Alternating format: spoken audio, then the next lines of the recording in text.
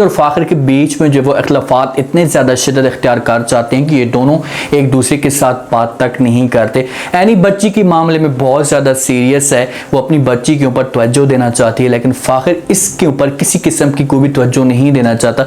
अब देखना चाहिए कि इन दोनों के इख्लाफात कहाँ तक जाते हैं, कैसे इन दोनों के बीच में जो मज़ीद दूरियाँ बढ़ेंगी और इस चीज़ का कौन फ़ायदा उठाने की कोशिश करेगा, ये सब कुछ आज के शो में बताएंगे। अपने घर के ऊपर किसी किस्म की कोई भी तवज्जो नहीं देता और ना ही वो अपने बिजनेस के ऊपर तवज्जो देता है। तो फाखिर की जो माँ है समीना बेगम, उसे इस बात का पता चल जाता है, क्योंकि बेटा है और जब सामने रहता है और उसकी तवज्जो किसी और की तरफ होती है तो उसकी सोच को भी पढ़ लेती है। फाखिर अपना ज़्यादातर राब्ता है जो अपने दोस्तों के साथ गुजारता है, जब आमना के साथ कॉल पे बात करता है तो समीना बेगम को ये चीज़ें अच्छी नहीं लगती।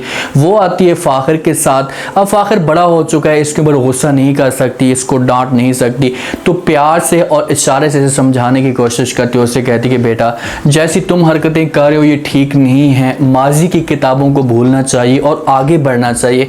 अगर तुम माजी की किताबों में पढ़ने की कोशिश करोगे ना तो तुम्हारे लिए उलझनें पैदा होंगी, तुम्हारे लिए तकलीफ़ें पैदा होंगी। फाखिर ये बातें सुनता है तो अपनी माँ की जो ये बात को हो सकता है कि समझ जाए और अपनी माँ को झूठ बोलने की कोशिश करे। अपनी माँ को कि माँ जी ऐसा कुछ भी नहीं है, मैं किसी के साथ भी जो है वो बात नहीं करता, बस दोस्त हैं मेरे, मैं उनके साथ गपशप करने के लिए चला जाता हूँ। लेकिन समीना बेगम हर चीज़ को समझती है, उसका बेटा है, उसने बचपन से उसे अपनी गोद में पाला हुआ है, तो उसके एक एक इशारे और एक एक चलन के ऊपर उसकी तवज्जो होती है और उसे पता है कि इस वक्त इसका राब्ता किस किस के साथ है। फाखिर तो अपनी माँ को जहाँ पर टोपी टामा पहनाकर पीछे हो जाएगा, लेकिन समीना बेगम को अपने बेटे के ऊपर पूरा शक है और उसे इस बात का डर भी है कि ये बिजनेस को बर्बाद भी कर सकता है। अब जहाँ पर फाखिर अपनी बच्ची के ऊपर तवज्जो नहीं देता, सीधा उसके ऊपर फोकस नहीं करता, एनी भी इस मामले पे बड़ी परेशान है कि बेटी हर वक्त बीमार रहती है, उसके बाद बेड से गिरती रहती है, तो फाखिर को इस चीज़ के बारे में कोई टेंशन ही नहीं होती। सारा दिन मैं जलील होती रहती हूँ, तालीम के ऊपर भी तवज्जो देती हूँ, घर के काम भी करने पड़ते हैं,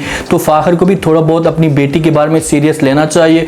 वो फाखिर के साथ आकर बात करती है और कहती है कि भाई अनाया जो है वो सारी रात बुखार में पड़ी रही है, सुबह भी इसको तेज़ बुखार है, मैं अकेली जाती रहती हूँ हॉस्पिटल में, कम से कम तुम्हें मेरे साथ आना चाहिए, मैं अकेली जाऊँगी तो लोग क्या कहेंगे। तो फाखिर ये बातें सुनता है तो वो एनी को समझाने की कोशिश करता है।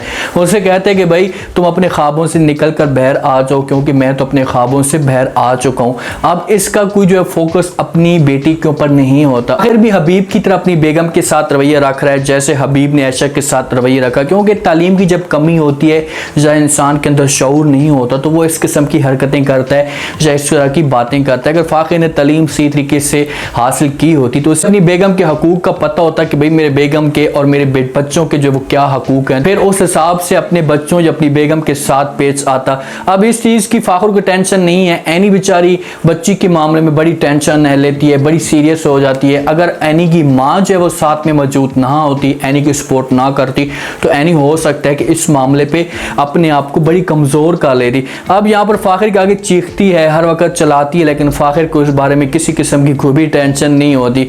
ज़ैका जो है वो बड़ी रहीला के ऊपर शक करती रहती है कि भाई ये हर वक्त हमारे कमरे के अंदर मौजूद होती है। उसके बाद ये हबीब को भी भड़काने की कोशिश करती है तो कोई गेम ज़रूर है।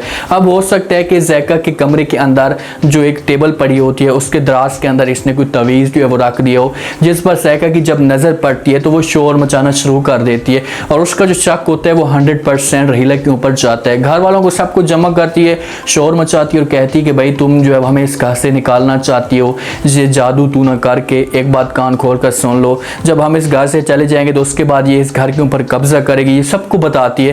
भाई इसकी सोच है, इसकी मंजिल यही है। वहाँ पर रहीला जो है वो झूठ बोलेगी, कहेगी कि भाई आप ऐसा हमारे ऊपर इल्ज़ाम लगा रही हैं, मैंने भी ऐसा किसी किस्म की कोई भी हरकत नहीं की, कम से कम इस तरह की झूठे हमारे ऊपर बातें तो ना करे।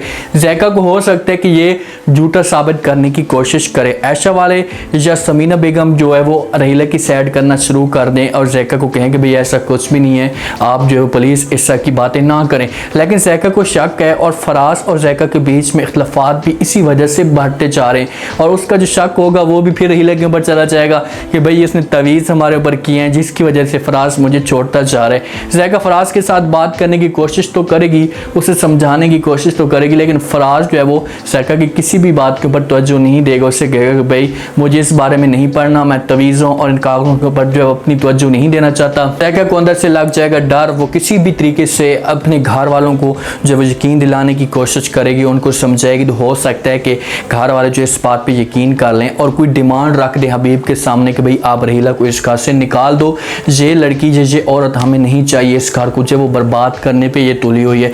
हबीब की जो सोच है वो सिर्फ और सिर्फ अब बिजनेस के ऊपर है। वो अपनी बहन के साथ भी बात करता है तो बहन आती है हबीब के साथ आकर बात करती है और कहती है कि भाई यहाँ पर तो समीना जी का सबका ऊपर राज है और वो पूरे बिजनेस को अपने कंट्रोल में कर कर बैठी हुई। तो हबीब जो अपनी बहन के साथ बात करता है और कहता है कि भाई आपको परेशान होने की कोई भी ज़रूरत नहीं है, तुम देखो तो सही, मैं गर्ती को ऐसा ऐसा अपने कंट्रोल में कर लूँगे और हर चीज़ हमारी मुट्ठी में आ जाएगा। तो फिर समीना बाद में बाहर में जाए, जितना भी शोर मचाती है मचाए, हमें किसी किस्म की कोई भी टेंशन नहीं होगी। हबीब तो वैसे भी ये सब कुछ करना चाहता था, आगे से जैसे बच्चा मिल चुका है और बच्चा जो वो जो बात हबीब करता है तो बच्चा उस बात पे जो वो मान लेता है या राज़ी हो जाता है। हबीब तो उसे कहते हैं कि भाई आप जाएँ बाहर जाकर घूमें, अयाशियाँ करें, तुम्हें किसी किस्म की कोई टेंशन नहीं होगी, हर चीज़ को मैं संभालूंगा। तो फाखिर तो ये चीज़ें चाहता है कि भाई कोई इसको चलाने वाला बंदा आ जाए, मुझे बाहर जाने का मौका मिल जाए और मैं सुकून के साथ जो अपना वक्त गुजार लूँ। मीना को इसी बात पे तो डर है, वो इसी वजह से फाखिर को समझाने की कोशिश करती है कि यार तू ऐसा काम ना कर, तू माजी की सारी चीज़ों को भूल जा, अब मुस्तकबिल के बारे में सोच के तुम्हारे ऊपर क्या क्या जिम्मेदारियाँ, इन चीज़ों को चलाने की कोशिश कर, घर को चला, अपने बिजनेस को चला या बच्ची के बारे में सोच।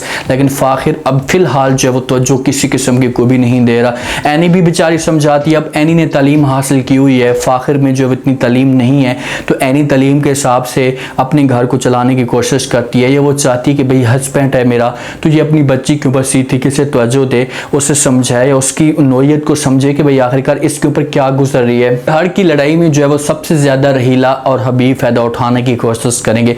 घर वाले अगर कहते भी हैं हबीब को भाई आप समझाएं रहीला को, तो हबीब किसी किस्म की कोई भी घर वालों के साथ बात नहीं करेगा, हाँ में हाँ तो कर देगा लेकिन कोई ऐसी जो है वो सीरियस तवज्जो नहीं देगा। हबीब तो ये चीज़ें चाहता है कि भाई इस घर के अंदर लड़ाई हो, झगड़े हो, जिस पर हम फ़ायदा उठाने की कोशिश करें और इसी को फ़ायदा मिलेगा और ऐसा जो अपने घर वालों पे अपना ऐना दिखाएगा कि घर वाले जो वो कभी भी इस बात पे यकीन नहीं करेंगे। उम्मीद है आज का रिव्यू, आज का ये टीज़र आप लोगों को पसंद आया होगा। आपने कमेंट सेक्शन में अपनी कीमती राय लाजमी देनी हो, आपको क्या लगता है क्या नेक्स्ट एपिसोड में जो है वो फाखिर और एनी के बीच में खिलाफात होते हैं वो मज़ीद शिद्दत इख्तियार कर जाएंगे, क्या इस चीज़ का फ़ायदा हबीब उठाने में कामयाब हो जाएगा, हबीब कैसे कैसे फाखिर को किक मारेगा, ये सब आपने बताना है। और चैनल को लाजमी सब्सक्राइब कर दें, अपना खास ख्याल करें, दुआ में याद रखें। मुझे दी इजाज़त, अल्लाह हाफ़िज़।